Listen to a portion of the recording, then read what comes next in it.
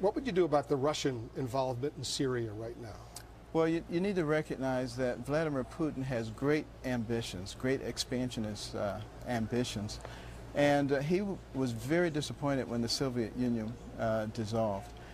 He wants to reestablish the influence in the Middle East. He already has substantial ties in the Middle East. In the class of 1968 at Patrice Lumumba University in Moscow, Mahmoud Abbas was one of those members of that class, and so was Khomeini, Ali Khomeini. They were classmates.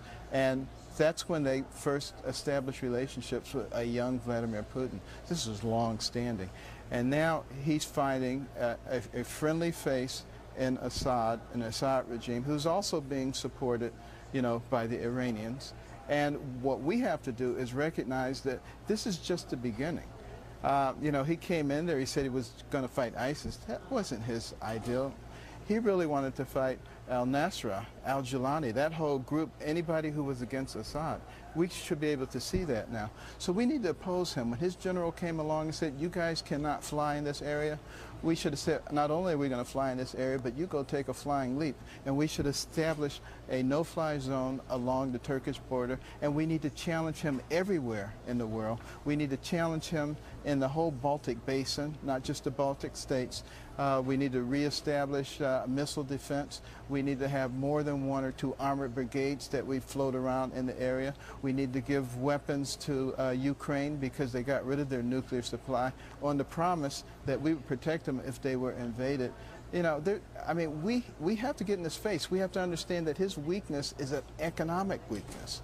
And we have strength in some areas where he has weakness. You know, we need to get rid of our energy exportation rules. We need to export natural gas, which we can liquefy now, make Europe dependent on us so that we can decrease its influence.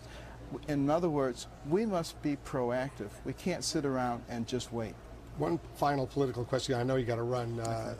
You're almost in every national poll, key state polls, #2, right behind the front runner, Donald Trump. I said that at the beginning of this interview. What are you going to do to become the front runner in the Republican race for the White House?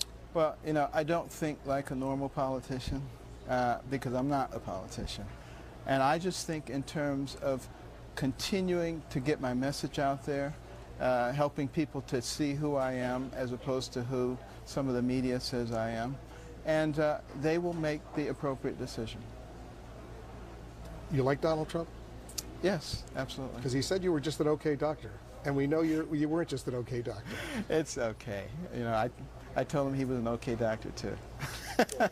The book is entitled A More Perfect Union, What We the People Can Do to Reclaim Our Constitutional Liberties. It's already a bestseller. I'm sure it's going to be a #1 bestseller at some point. Thank you, Wilf. Dr. Appreciate it. Thanks very much. Okay. Dr. Ben Carson, thanks very much for joining us.